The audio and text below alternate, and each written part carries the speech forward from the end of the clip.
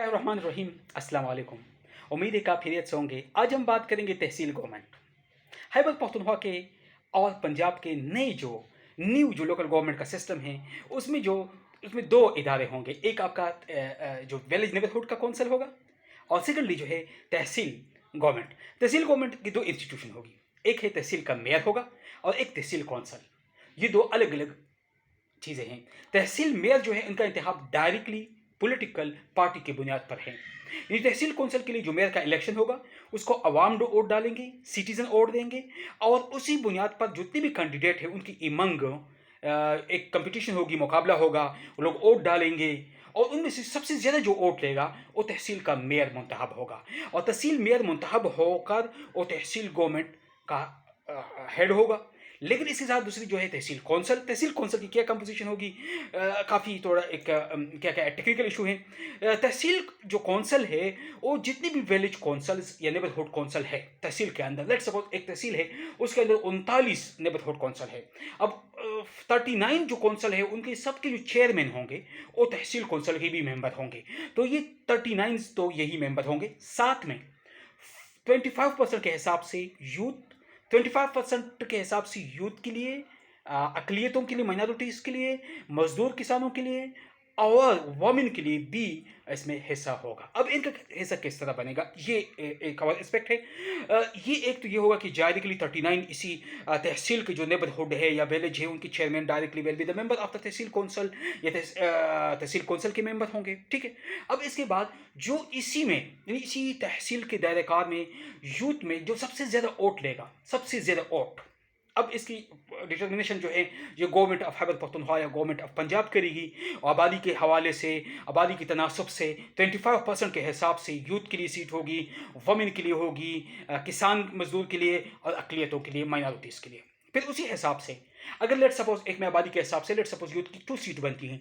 अब पूरी उसमें जो तहसील है उसी के अंदर जो विलेज और नेबरहुड के इंतखाबात में सबसे टॉपेस्ट हो, यानी सबसे ज़्यादा जो 2 कैंडिडेट ने यूथ में वोट ली है वो दोनों मेंबर होंगे। इस तरीके से वमेन के लिए भी जो पूरे तहसील के अंदर विलेज लेवल पे चूंकि वमेन के इंतखाबात होंगे, विलेज लेवल पे उनकी डायरेक्ट इलेक्शन है, यहाँ पे तहसील में इनडायरेक्ट है। तहसील का जो कौंसिल बनेगा और इनडायरेक्ट होगा, यानी डायरेक्टली पहले हम तहसील विलेज लेवल पे, नेबरहुड के लेवल पे वोट डालेंगे, उनमें से सबसे ज़्यादा जो वोट लेंगे टॉप 2 वो आएंगे आपके तहसील में। अगर किसी जगह 4 सीटें हैं तो टॉप 4, अगर किसी जगह 1 है तो टॉप 1। इसी हिसाब से वो यूथ के, वमेन के, मजदूर किसान के और अकलियत के लोग जो है वो will be the member of the tehsil council. तो तहसील कौंसिल जो है ये इनडायरेक्ट है, यानी इसकी डायरेक्ट कोई वोटिंग नहीं होनी है। कोई बंदा डायरेक्टली, न तो यूथ डायरेक्ट आएगा, न वमेन डायरेक्ट होगी, न इसके लिए किसान मजदूर और न अकलियत। तमाम लोग जो है ये इनडायरेक्टली विलेज कौंसिलों से, नेबरहुड कौंसिलों के इंतखाबात में ज़्यादा वोट लेने वाले जो है they will be the member of tehsil council के मेंबर होंगे। और तहसील कौंसिल का ओवरऑल जो है जो प्रिजाइडिंग होगा, जो स्पीकर होगा, वो है द तहसील कौंसिल का जो तहसील का जो मेयर होगा। और मेयर के इंतखाबात जो है वो डायरेक्टली है, पॉलिटिकल बुनियादों पर है। अगर कोई मेयर मुंतखब होता है आज़ाद इंडिपेंडेंटली तो विद इन 1 मंथ उसके लिए लाजमी है कि वो डिक्लेयर करे अपने आप को किसी पॉलिटिकल पार्टी से इफिलेट होना ज़रूरी है। अगर वो पॉलिटिकल पार्टी से इफिलेशन न कर ले तो उसकी जो ओहदा है, उसकी जो तहसील मेयरशिप है वो सस्पेंड हो जाएगी। तो इसलिए ये बहुत ज़रूरी है, इंपॉर्टेंट पॉइंट है कि वो उसको एक पॉलिटिकल पार्टी का वर्कर होना, एक पॉलिटिकल पार्टी से इफिलेट होना ज़रूरी है, क्योंकि ये पॉलिटिकल इदारा है, पॉलिटिकल सीट है। जबकि विलेज और नेबरहुड जो है ये ए पॉलिटिकल है, इसका किसी पॉलिटिकल पार्टी से होना ज़रूरी नहीं है। इसलिए ज़्यादातर नौजवानों को मैं ये करूँगा कि वो जब विलेज और नेबरहुड के लिए कर ले तो पॉलिटिक्स से बलातर होकर इलाकाई जो मसाइल है, इलाकाई प्रॉब्लम्स है, उन ओरिएंटेड प्रॉब्लम्स पे अपने मैसेज बनाए, उन ओरिएंटेड प्रॉब्लम को हाईलाइट करें ताकि उनको ज़्यादा से ज़्यादा वोट वहाँ से मिले।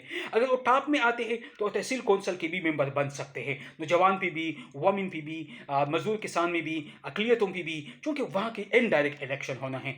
इस तरीके से आपकी तहसील गवर्नमेंट जो है वो बनेगी, मेयर जो है वो डायरेक्टली होगा और जो तहसील कौंसिल के मेंबरान है वो इनडायरेक्ट होगी। और इस तरीके से उसकी जो है होगी। अब इसके लिए यही तहसील जो चेयरमैन डिप्टी चेयरमैन का जो ओहदा है, तहसील का जो डिप्टी मेयर होगा या डिप्टी स्पीकर होगा या जिसको हम स्पीकर कहते हैं, जिसको हम डिप्टी चेयरमैन कहते हैं, ये टोटली आंदा उस पे है, मेयर पे है। मेयर के पास इख्तियार है कि किसी को भी वो अपना डिप्टी अनाउंस करे अमंग देयर मेंबर्स, चाहे वो अकलियत में से हो, यूथ में से हो, अपनी ही मेंबरों में से, कौंसल में से किसी को अपना डिप्टीज बनाए।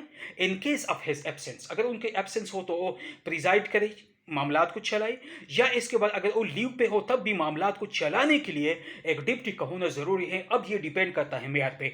अब मेयर या तो डायरेक्टली खुद करे या मेयर कोशिश कर दे कि वो हाउस को ये दे, तहसील कौंसल को ये कर ले कि वो किसी को इलेक्ट करे। तो ये उन पर डिपेंड करता है। लीगली उनके लिए कोई स्पेसिफिकेशन नहीं है, जस्ट ये डोमेन जो है ये इन द हैंड या पावर जो है विद तहसील मेयर के पास है कि तहसील मेयर की अपनी जिम्मेदारी बनती है कि वो किस तरीके से इनका इंतखाब कर लेता है, इस तरीके से वो हाउस को चलाएगा। हाउस का इंपॉर्टेंट काम जो है वो बजट प्रिपरेशन है। चूंकि इसमें जिस तरीके से हमने पिछले वीडियो में, अगर आप इंटरेस्टेड हो तो आप पिछले इस चैनल को सब्सक्राइब कीजिए। मैं वक्तन फ़वक्तन मुख्तलिफ टॉपिक्स पे लोकल गवर्नमेंट के हवाले से, खासकर पॉलिटिक्स के हवाले से मैं मुख्तलिफ वीडियोज़ अपलोड करता हूँ। इसका मकसद सिर्फ और सिर्फ ये है कि आप लोगों को बताना है, आप लोगों को एजुकेट करना है उन चीज़ों के बारे में जिसमें आपकी बहुत ज़्यादा इंटरेस्ट हो।